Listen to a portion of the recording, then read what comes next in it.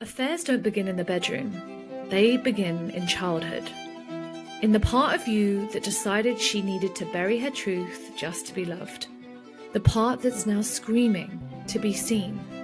I'm Alex Croxford, and this is the Deeper Love podcast, where we name the shame, face the guilt, and help you find your way back to yourself. So let's begin. Before we dive into today's conversation, I want to say something that might land quite deeply if you are listening to this because of your own story of betrayal. And that is that betrayal doesn't just happen in a relationship. It happens in the nervous system. You can understand why you had an affair. You could even trace it back to your childhood. You can replay every decision and every conversation and see exactly where it all started to unravel.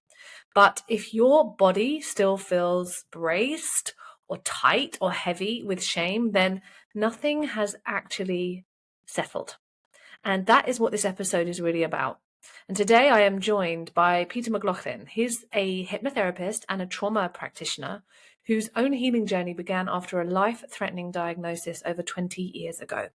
Since then, his work has focused on the connection between mind, body, and the nervous system, helping people access and resolve trauma at the root, not just at the level of insight. And that is why I wanted him for this conversation, because betrayal is not just a relational rupture. It is a shock to the whole system. And shame doesn't just live in the mind or in our thoughts, it lives in your body. And in this episode, we will explore what's actually happening underneath the intensity, underneath the self-judgment, underneath that feeling of being split in two. If you've ever thought, I understand what I did, so why do I still feel like this? I think that this will make sense of that. And if you're listening and you know insight isn't enough anymore, if you're ready to actually heal the shame at the root and rebuild trust with yourself properly this time, that is the work we do inside the Healed Heart. It's a 6-month guided process where we work at the level of the nervous system, not just the story. And we begin in April. You'll find the link in the show notes if you want to read more. All right, let's get into the conversation. Hi, Peter. Thank you so much for joining me today on the Deeper Love podcast. I'm really excited about the conversation that we're going to bring to the listeners today. So I'd love for you to start by telling us what led you to really sitting here with me today. Okay, so imagine this is 23 years ago. I'm volunteering to be a firefighter in my town in Connecticut, and I have to take an extensive physical. On the first day of the physical, the doctor says to me, "Wow, you're in really great shape." At the time, I was 41 years old.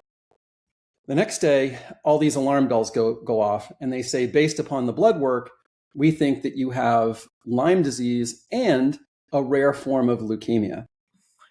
I moved into denial mode and I said, that can't be possible. I want to take the test again.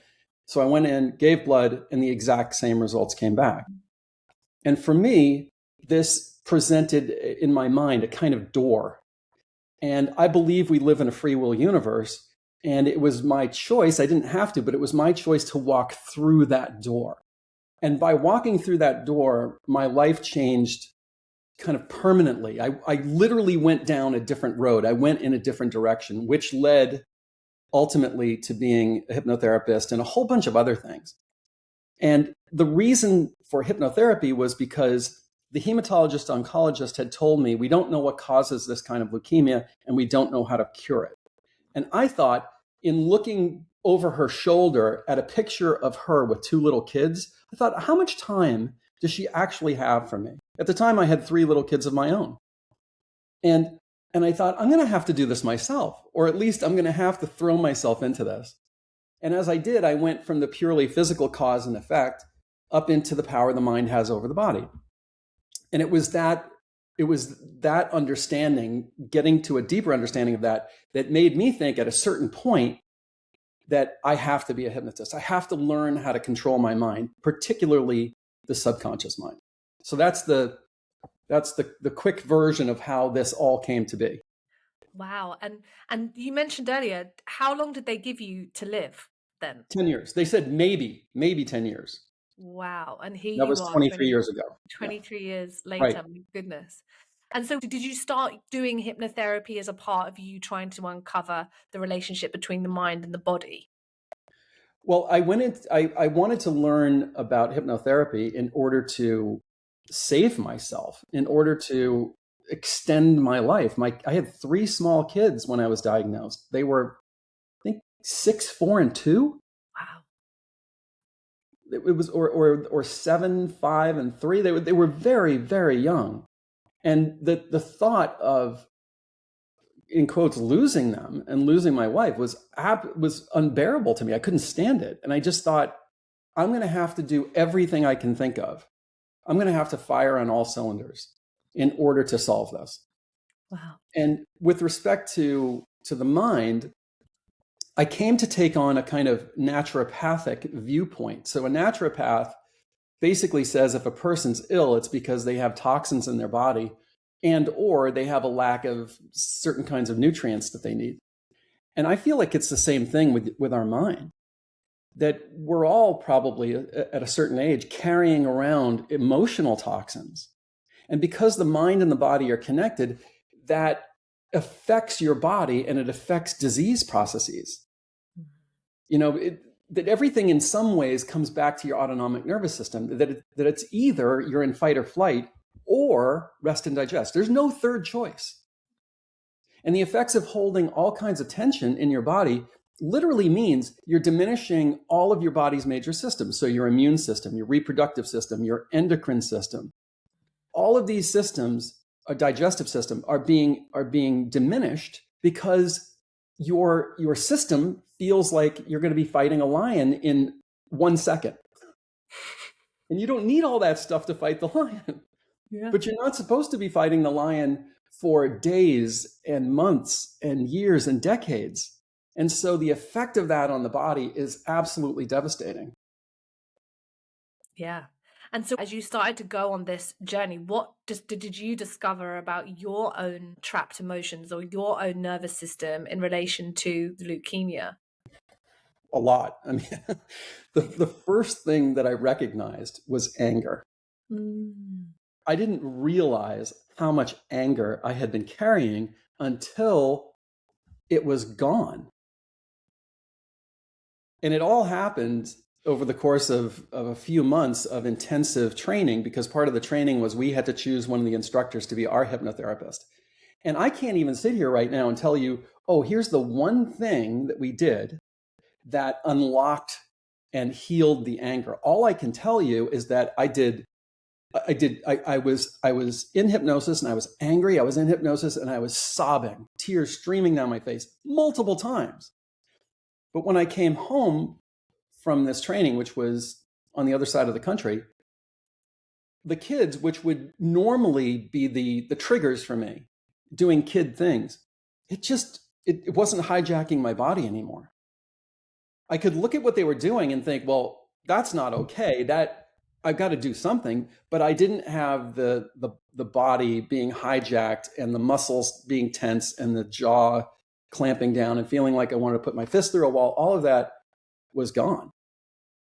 And what I know now for sure is that the work that we did changed the programming from, really, if you go back to the autonomic nervous system, from clear and present danger to safe.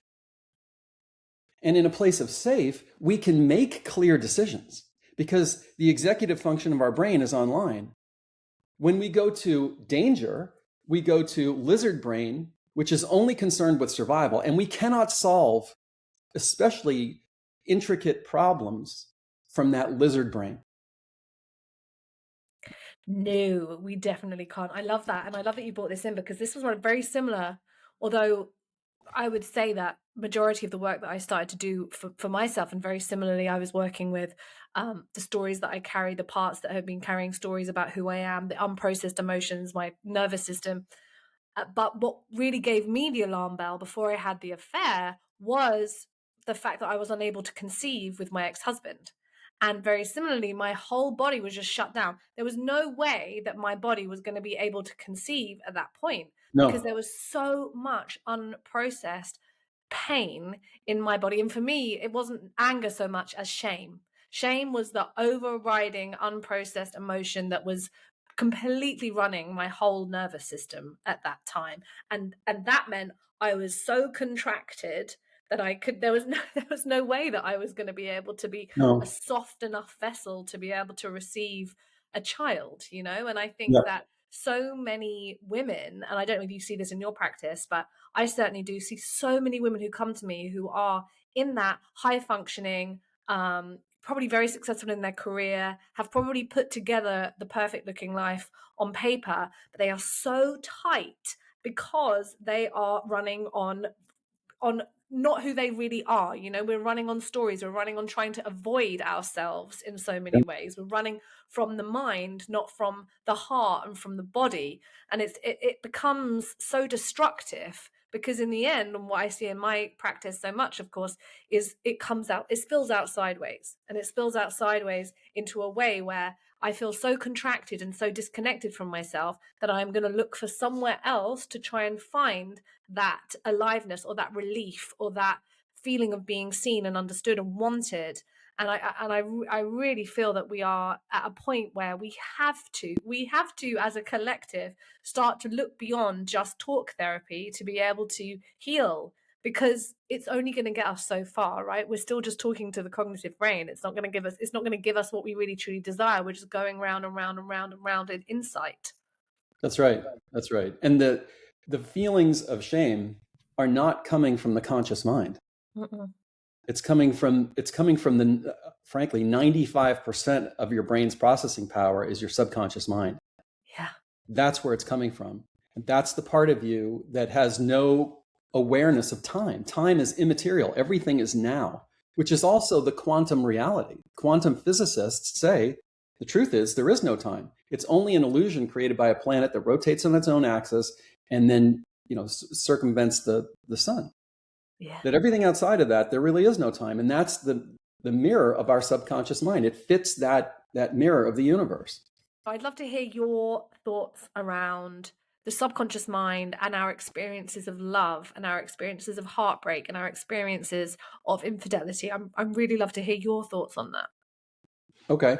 So we were talking before the broadcast, and you were asking me, what's your interest in infidelity? And I said, because as a starting point of the three main areas of life, and I would say the people come to me for three main reasons. One is health. That would be mental health, physical health. Something's going wrong in one or both places.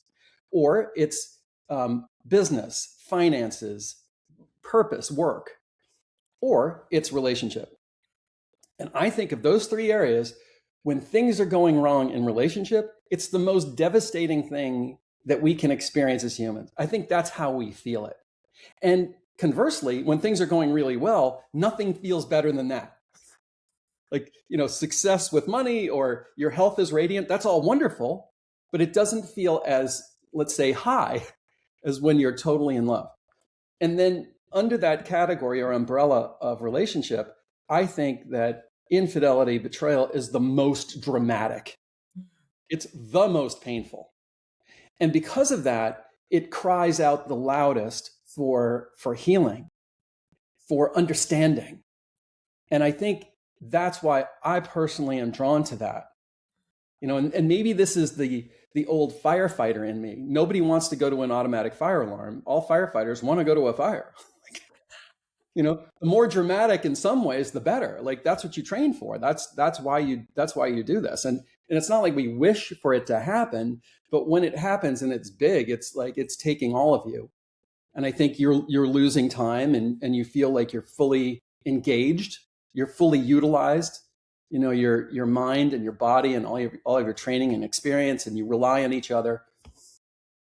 So yeah, I think that with infidelity, it really is right at the top of the heap in terms of the intensity. Yeah, I would agree with you. And I think what I see at the moment, well, not even at the moment, but just generally, is so many women talk to me about how alive they felt in their affair. And it's very rarely about the other person. Like, no one ever says to me, he was such a great guy, or she was such a great girl, she did this, she did that, he did that. It's always, I felt alive. I felt awake. I felt free. I felt like I could be myself. I felt understood. I felt seen. I felt emotionally met. It's all about the experience that they are having internally in the affair, which doesn't seem possible in real life.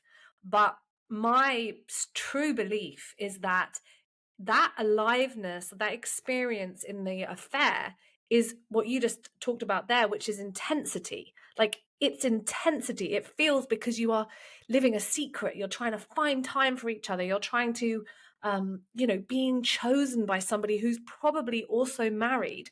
It's this real intense experience, which we mistake for aliveness because no one really knows how to access aliveness as humans because we're not shown how, or we're not, and it's not even a how because that makes it something to do, and I don't necessarily believe that it's something we have to do. It's who we're being, right? That's what connects us to true aliveness, which is steady, which is calm, Hmm.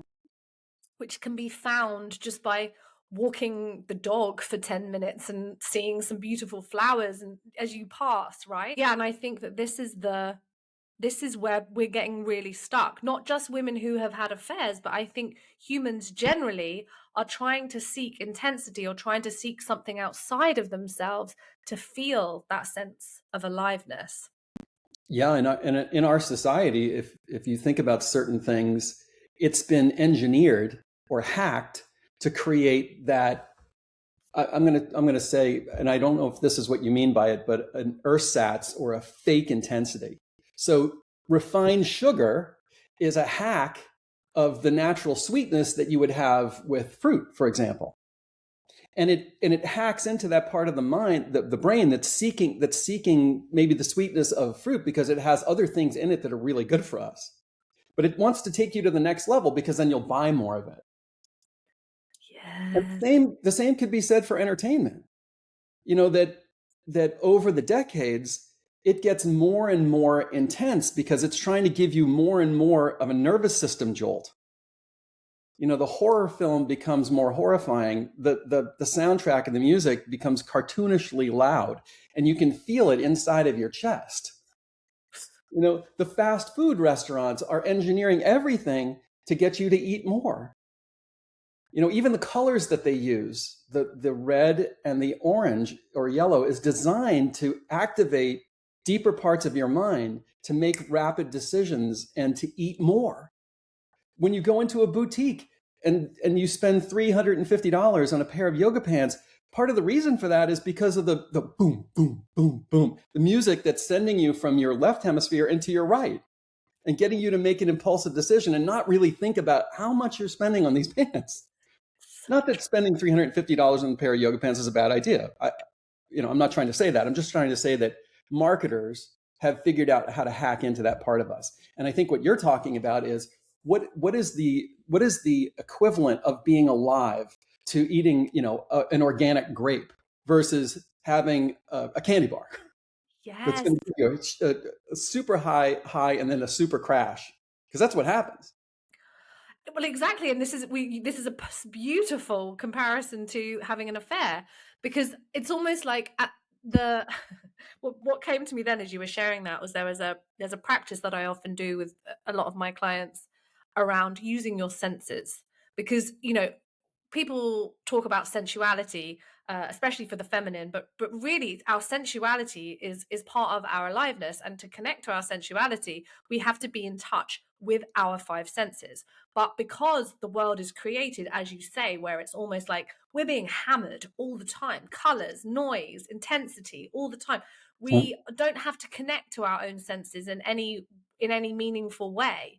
And so it's almost like the grape versus the chocolate bar. It's like, how can I slow down enough to eat this grape with so much awareness and presence that that grape can become the most exciting thing you've ever eaten, far more exciting than that chocolate bar, because it's how you are experiencing it rather than just shoving that chocolate bar down your mouth, having the huge high, and then crashing the other side. And like, there is nothing, I'm absolute dark chocolate addict. So I'm not denying anybody their chocolate experience, but it is about aliveness is so much, or the experience of being in our bodies is what really can bring that experience without having to have some really crazy intense something outside of ourselves.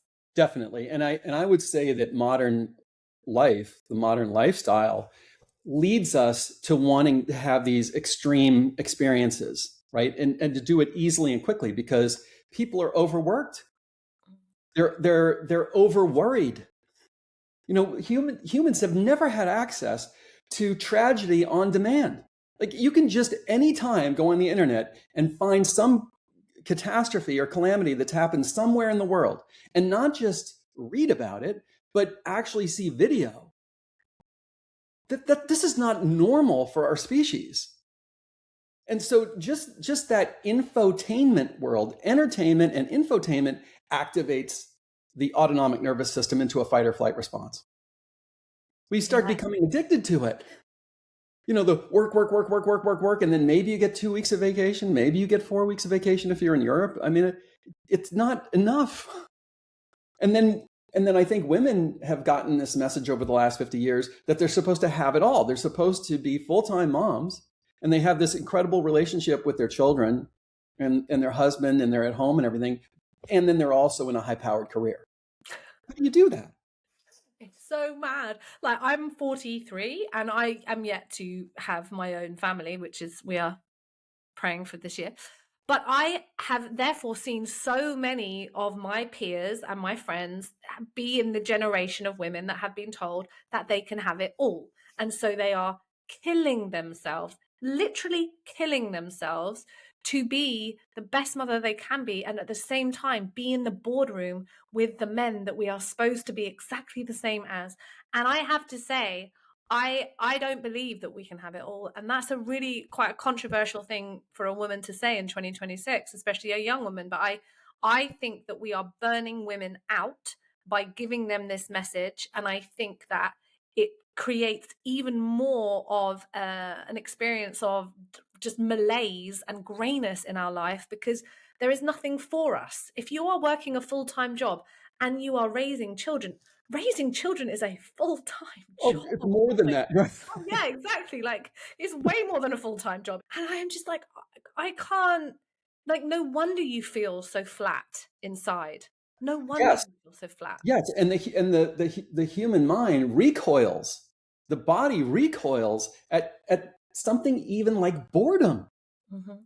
or hopelessness.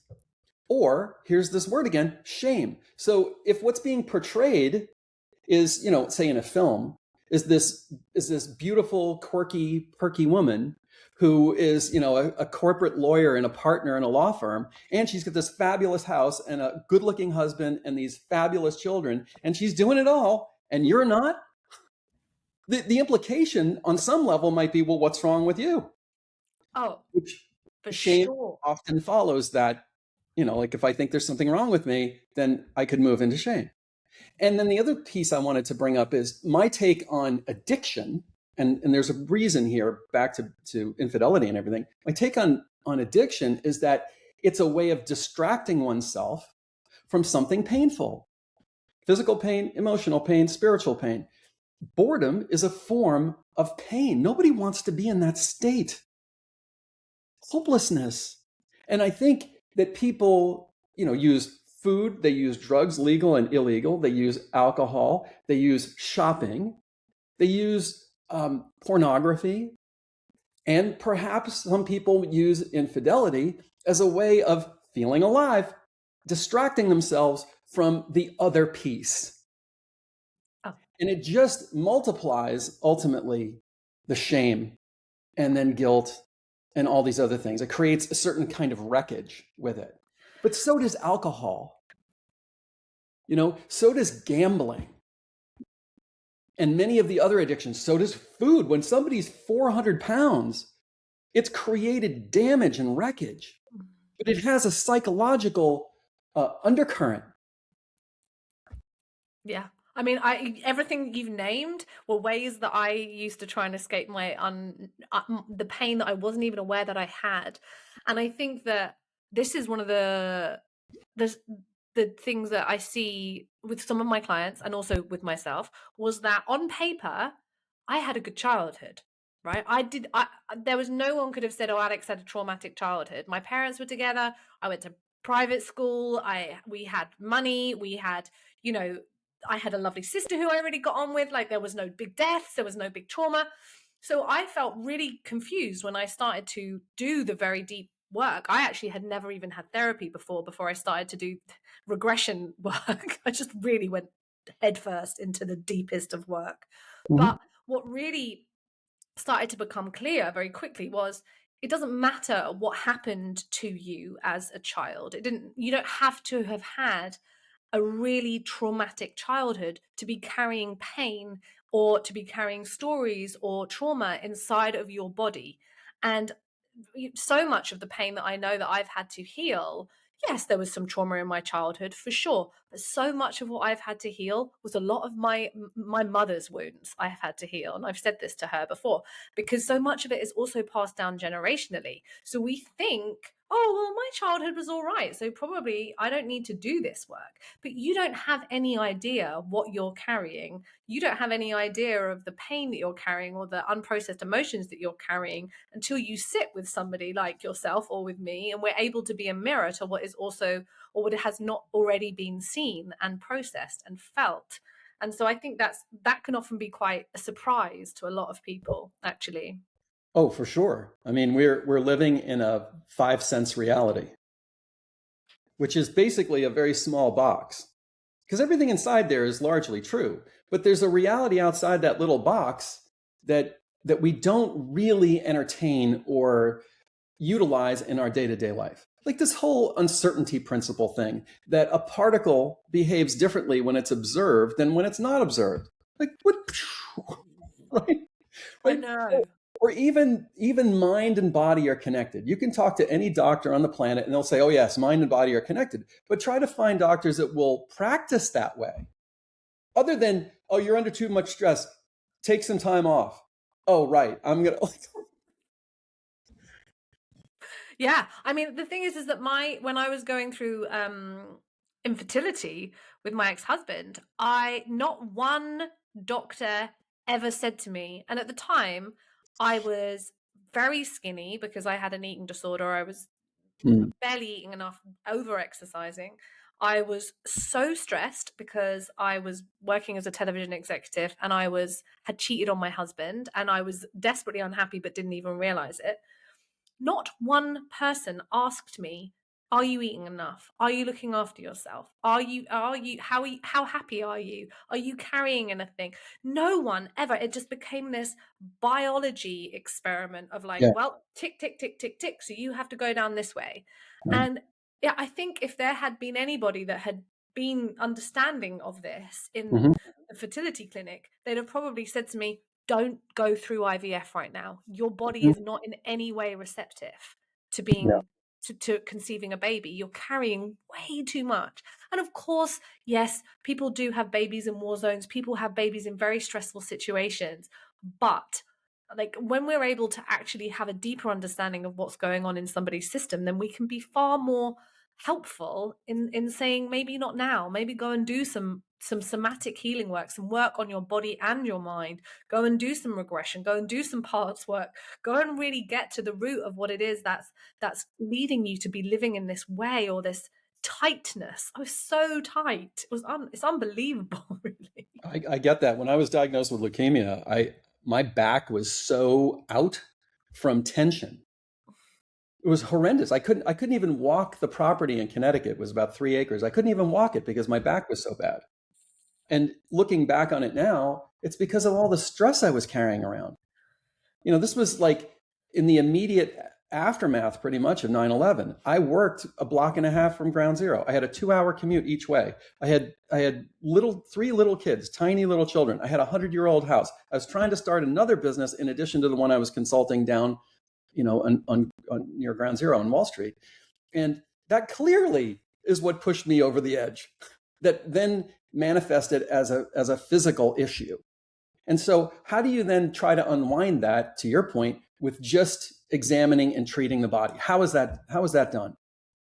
Yeah, exactly. We're missing so much, and it makes me so sad and angry. We are still stuck in such a linear or such a binary way of thinking about health and thinking about the body and the mind and therapy, and there is nothing wrong with therapy. I still have therapy. I love therapy. There is nothing wrong with allopathic medicine. Like, thank God it exists for so many reasons, right? But there is this whole gap in the middle, or that is so incredible, to create so much change in people and therefore the world. We wouldn't be having so many wars. We wouldn't be experiencing so much Yeah. pain in the world if people were willing to face inwards and to stop looking outside of themselves for the answer to their internal experience. Yeah, I completely agree with that. And it's consistent with some ancient wisdom that I follow with every one of my clients and with myself. So one of the 7, it's called the Hermetic laws or the Hermetic principles. One of them is called the law of correspondence. And that law states, as above, so below. And then the important part for me is, as within, so without. So if a client comes to me who has suffered betrayal, to get to the point of this podcast, my first thought would be, where's the betrayal living inside of you? And if I had to guess, and we don't really know each other that well at all, but when you had the experience of the affair, you probably were already betraying yourself in some way. 100%. That's what I truly believe, to the core of every single woman that I work with, is that betrayal is a result of years of self-betrayal. Right? Exactly. It's the absolute final destination of years of saying yes when you mean no, of pleasing everybody else and putting yourself last, of exhausting yourself to be there for everybody else, to not be saying when you're upset, to not be speaking your truth about something that you need or that you want. We women especially, and I'd be really interested to talk to you about men as well actually on this, but women especially, we are taught that to be a good woman means to put yourself last. Like, Mm-hmm. men have different conditioning, but one of ours conditioning is, as a woman, you put yourself at the bottom of the pile, you put everybody else first, your children comes first, your husband comes first, your boss comes first, and we lose ourselves in that. And so that's what creates the deadness inside of our nervous systems, which is why we're constantly seeking that intensity outside of ourselves. Mm-hmm. But Yeah. I'm interested, what do what do you see with men around this? Because I only work with women, and I feel that I can only work with women because I understand what it's like to be a woman. But so many men, and I'm going to pass them over to you now, Peter, because so many men message me and say, do you work with men? Like, help me. I really need your help too. So yeah, I'd love to hear what you see around that. Yeah, I mean, there are a couple of thoughts that I have that I've read from other people, and one is I find this very tantalizing, and it's obviously in generalities. I'm not speaking about individual people, but that women have a fear of being too much, and women and men have a fear of not being enough, and that from an archetypal standpoint, the role of men from an archetypal standpoint is to provide and to protect. And if they feel like they're failing in one of those two areas, they go into a deep state of shame. And inherent within that is conditions whereby men will put themselves first and whereby they will put themselves last. So I think men put themselves first when they feel like it's somehow related to providing, because failure to provide will cause shame. And where men put themselves arguably last is that whole concept of, who got into the boats when the Titanic went down? Who stayed aboard? And I'm not trying to say there were no men in those boats, but that was really a time when very few men got into the boats. And even though women are serving in the military now, very, very few die in combat relative to men. And even though women are serving as police and fire, it's mostly men that are going into buildings and taking people out and risking their lives every time they do it. So we have our different wiring, where we put ourselves first, where we put ourselves arguably last.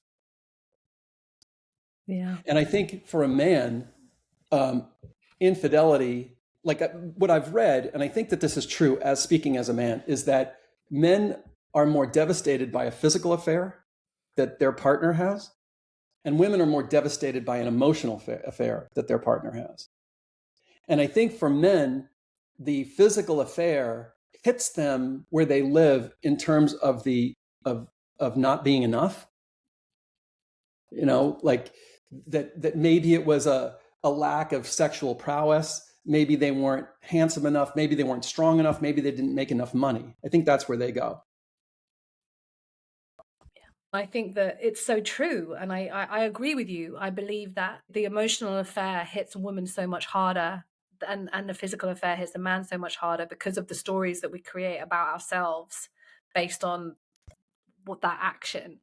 And so, yeah, I think you're absolutely right as well in the different ways that we put ourselves first and we put ourselves last in the world. And I think, we're in this bizarre situation at the moment around the imbalance between the masculine and the feminine, if I'm honest with you. And I think that although, third wave feminism was absolutely integral, so many things needed to change for sure. But I do think we have got to a point now where women have, first of all, we tried to do it all, and now we're exhausted, like we talked about before, and we feel like just numb inside. And I think the divide between the masculine and the feminine is one of the most devastating ones to be happening right now, because actually, if we can come together in unity, there is something so powerful and incredible and beautiful about the masculine and feminine, the yin and the yang together as one. But it's quite scary because there is definitely a movement now that's happening from, the Andrew Tates of the world, and this feeling of so much hate now back towards women. It's the pendulum is starting to swing back the other side. And I think, one thing that we have to be really careful of, and I want everybody to hear this, I used to be somebody that would be like, we don't need men, because I grew up with a generation of women above me who had come from a world where their mothers really had been experiencing sexism and being put at the bottom of the list. And so now we have to start changing the narrative around blame. We can't point the finger at men. You need to be more this, you need to be more that, you're the problem.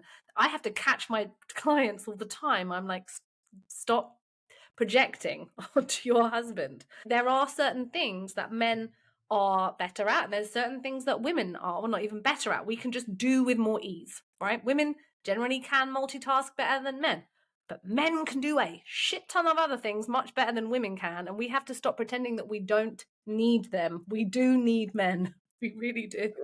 Sure. Yeah, I couldn't agree with you more on all those major points that you made. And I think in general, even as individuals, we have to stop blaming other people. We have to take more responsibility. We have to realize that we're not ultimately, at least as spiritual beings, we're not really victims. We're more creators. And that when we have a problem, if we blame somebody else, we're basically saying, until you change, I'm going to be miserable. And that could lead to an affair, conflict in a relationship, because one of the partners, male or female in this example, feels like the other one just isn't doing what they want them to do, or they're being mean to them, or they're withholding or doing something. And they could use that then as justification to go off and have an affair, rather than saying, what is my part in this? I'm feeling pain here because I feel like my partner's doing X, Y, and Z. Is it all her fault? Is it all his fault? Do I own some of this? What is that? And maybe if I did that, I would resolve it before I turn over here and say, I'm going to go and have an affair as the solution to this feeling that I have. Yeah. So yes, on a societal level and on an individual level. Mm-hmm. And that helps us step into our power, because it's a disempowering place to say someone else is responsible for my happiness. I agree with you completely. And I think this is one of the biggest issues that we have with marriage full stop, is that so many people think that, and also I want to say, I thought this too, that it was going to be this magical ride and that you were going to, marry somebody and this was going to be living happily ever after. Now you found the solution to all of your problems because you've finally been chosen. And as a woman, that's one of the things that we desire, to be chosen.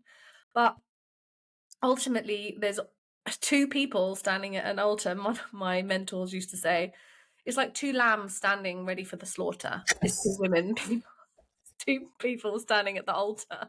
And I know, and at that time I was like, it's a bit harsh.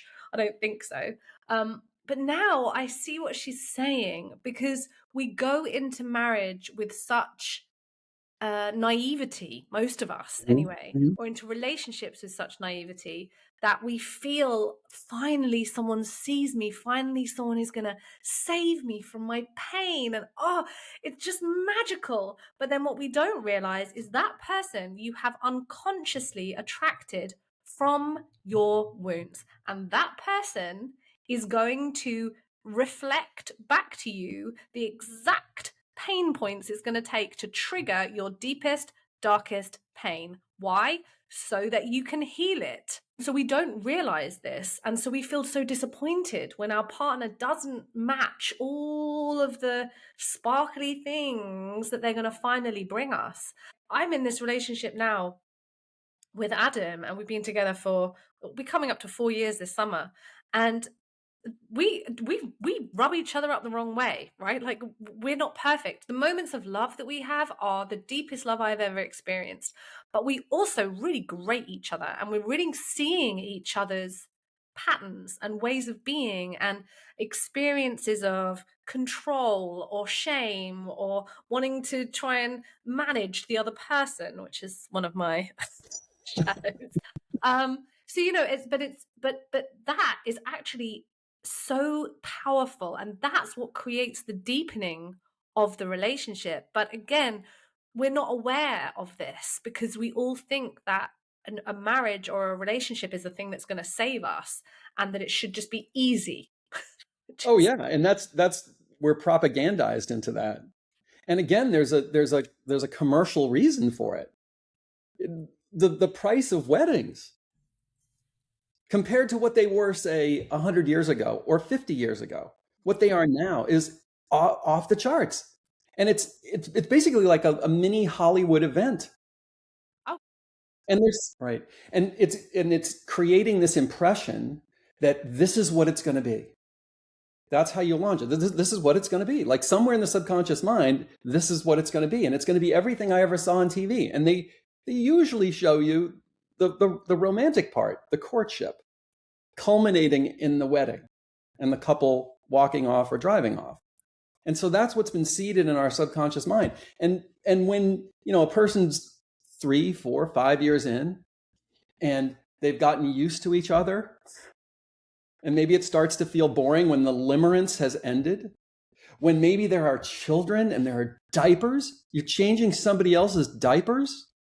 You're getting up in the middle of the night because someone threw up and it's on you to fix it. And then you got to get up early in the morning and go to work. When there's a mortgage, when there's stuff to be cleaned, you're right. Most people are not prepared for this. And I do agree with you that, and I've said it many times, that I think that the conflict is a feature. It's not a bug. And that ideally the depth of your love for this other person will induce you to ask the other question, which is, what am I bringing to this conflict? Rather than putting it all on you and absolving myself. Because the next logical step from that is either an affair or a divorce or both. If you're the faulty one and you are making me miserable, why would I stay with you? exactly. The whole thing around triggering each other, like, oh, he triggers me, or this triggers Yeah, me all the yeah. time. And it's like, no, they're not triggering you. I was talking to Adam about this. I can't trigger you.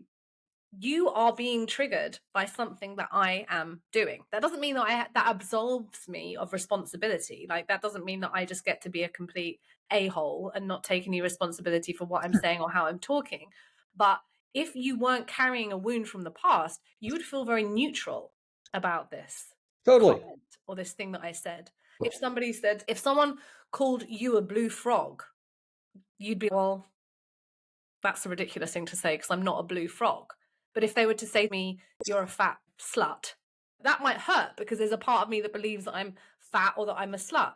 And so it's like we have to look at the parts of us that believe that about ourselves, rather than continuously putting it on somebody else that they have to change or they have to stop doing that. And it's not necessarily as easy said and done, right? We're making it sound like this is a very simple process. This takes work. It takes meeting ourselves in different ways. It takes something more than going just into the mind and talking about why we had the affair and the insight beyond the affair, right? Or insight beyond what's going on in our lives. We really need to go far deeper than that. But the freedom that is possible when we do that is magical. It's immense. It's immense. And that's really what we're talking about with that distinction between blaming someone else for your problems and asking yourself the question, what, or is there something inside of me that is either causing or contributing to this problem? Mm. And with relationship, let's face it, we're choosing someone out of a sea of possibilities. How is it that we chose this one that caused us all of these problems? Did we not have a hand in that part of it? And when you see a person who has the same experience with different partners, it has to be the person that's making the choices. Yeah. When people say, I've got a bad picker. No, you haven't got a bad picker. There's a part of you that's trying to heal something inside of you that you keep choosing a similar kind of person because you're trying to heal this part of you. And so no one has a bad picker. It's not a thing. I agree. And that works alongside of it's not a bug, it's a feature. We're supposed to have these old wounds activated because it's only when they're activated that we even know they exist. Yeah. And once they are healed, we actually become lighter. We become more of who we really are, not less. We stand more in our power.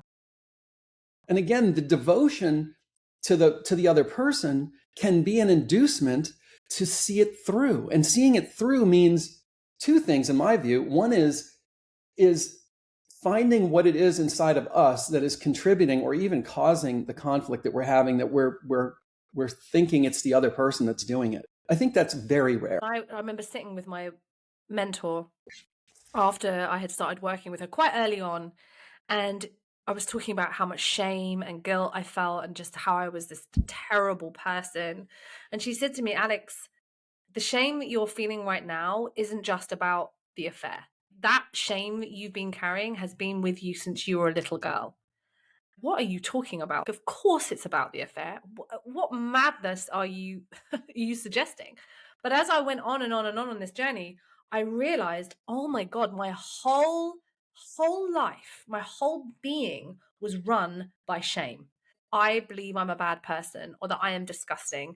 And that meant that I was controlling what I ate. That meant I was over exercising. That meant that I was continuously trying to prove myself to everybody. That meant that I had to hide parts of myself. That meant that even my sexuality was more performative than it was connected because I felt so ashamed of that. So it was like someone just cleaned my glasses and I was able to see, oh my gosh, I've done all of these things in my life. How did I feel afterwards? I felt shame, like drenched in shame. And it was so familiar to me that I eventually had to do something so enormous so that I would finally wake up and heal that part of me, but believe deep down she was a bad person. Yeah, very well stated. Very well stated. And I agree with what you're saying. Yeah. And I'd also like to say something else, which is, this just came to me recently, that, well, first of all, shame and by extension guilt is like getting on a highway that has no exit. You could commit armed robbery and have a sentence that when you've served this amount of time, you're allowed to exit the highway. But shame and guilt has no real exit. And the focus, unintentionally, is on the person who feels that way, not on anyone that they feel they may have harmed. It's on them. And so I was thinking about some of the words that are historically solutions for shame and guilt. Like forgiveness, for example, I think is a huge word. But the word atonement. And what I find fascinating about that word is its relationship to trauma. So when a person suffers trauma, their mind fractures. The CIA was doing this on purpose to people in MK Ultra was the program. Like they were purposely fracturing people's minds and creating alters with those fractures. So I think we can say that when there's trauma, the mind fractures. And atonement, if you break the word down, it's at one. So healing to me is reversing the fractures in the mind. Because the version of you who engaged in infidelity was probably a fractured, wounded, earlier part of you. And the healing unites these parts at one. And when you're at one, you are in your greatest power because you're in your most authentic self. And that version of you probably wouldn't even do that. There would probably be a million steps ahead of time where you would step in, where you would intervene, either by looking deeply in yourself and or talking to your partner and saying, hey, this is not really working out, or I'm starting to feel this attraction to someone else, and I want you to know because this is not something I want to do. I think that's such a beautiful way of putting it, is that it's wholeness. When you are living from wholeness rather than from a fractured version of yourself, then yes, absolutely, you can make different choices. And we're not perfect. I am not perfect. However much healing work you do, no such thing exists. I am still human. I still carry wounds. I still carry stories. They're never going to completely and utterly leave me. But what it does enable me to do, as you say, is to be able to catch and have conversations way before I would do something that could harm somebody else in that way. But I do think that I had to go through that experience to be able to become more whole, to be able to become more authentic, to be able to sit here and say to my partner if something has upset me, and he is able to listen to me. And it's only really, and I believe that it can happen in the marriages that you are in, because so many, I think, believe that they maybe have to leave and they can't heal within their relationship. But I truly believe you can. It takes work, but you can if both of you are willing at some point to look at yourselves. And I think that is really hard for so many the women I see, is that often their partners think that they're the ones that need to go and do all the work on yourself. You're broken. And 100% we need to be remorseful. We need to take responsibility. We need to look at ourselves. And we also need to look at what was co-created within the relationship and why. For sure. And it's another version of that same question, which is, I'm feeling pain. I have two options. I can blame someone else, or I can look at myself and say, is there something inside of me that needed to have this experience? There was a cancer doctor named Bernie Siegel. And I remember early on, after I was diagnosed with leukemia, reading this guy. And one of the things that he would say to all of his patients was, why did you need to get cancer? And half the people, would become outraged. And the other half of the people would say, wow, I never thought about it that way. What is this doing for me, actually? What was my life like before? And how am I supposed to change by having this experience? And it would be the same for somebody who is the partner who has been cheated on, like to ask themselves, rather than simply blame their wife or their husband, did I have a hand in this? What's my relationship historically with betrayal, with not telling the truth? Have I been pristine my whole life? Have I ever been in a situation where maybe I cheated on somebody? Maybe I did it financially. Maybe I cheated in sports.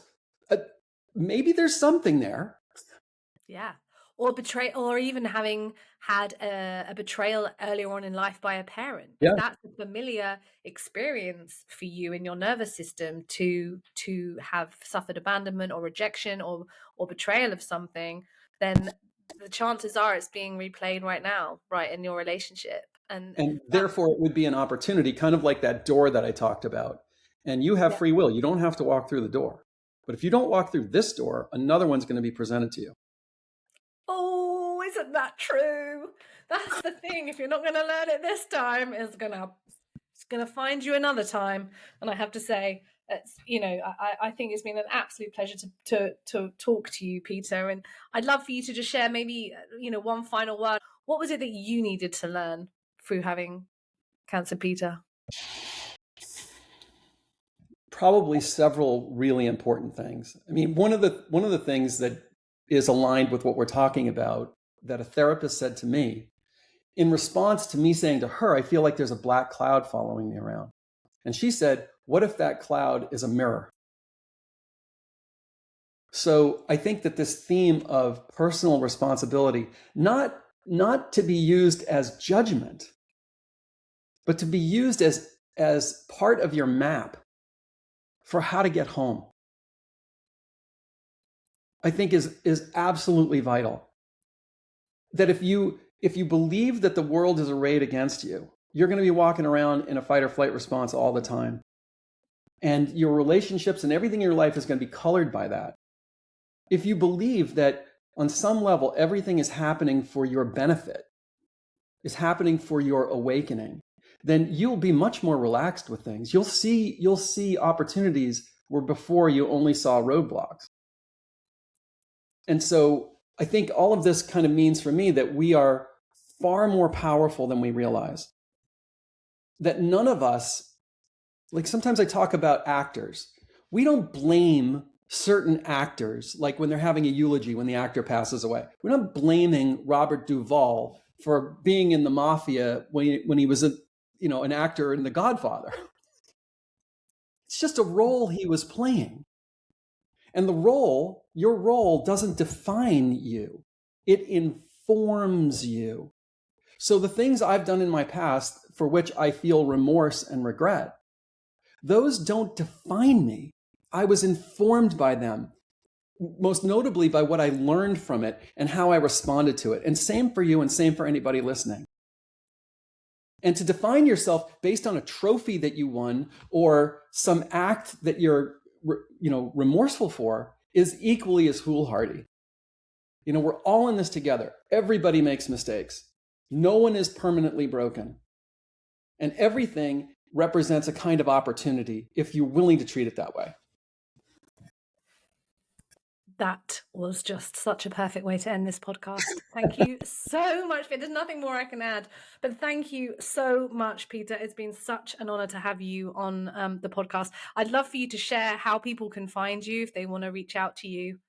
Sure. Best way is website. And I have two websites. PeterMcLaughlin.com is the one that's devoted to relationship because, again, that's the area that interests me the most.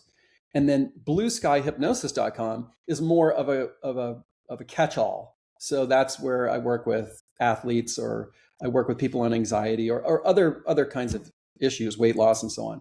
And then my YouTube channel, which has about 250 pieces of content, is called Blue Sky Hypnosis. Beautiful. Thank you. And I hope you all go and discover Peter and send him to your partners as well. So thank you so much for joining me, Peter. Thank you, Alex. Thank you for listening to the Deeper Love podcast. If today's episode spoke to you, hit subscribe so you don't miss the next one. And if you're ready to go deeper, you'll find all the ways to work with me in the show notes. Until next time.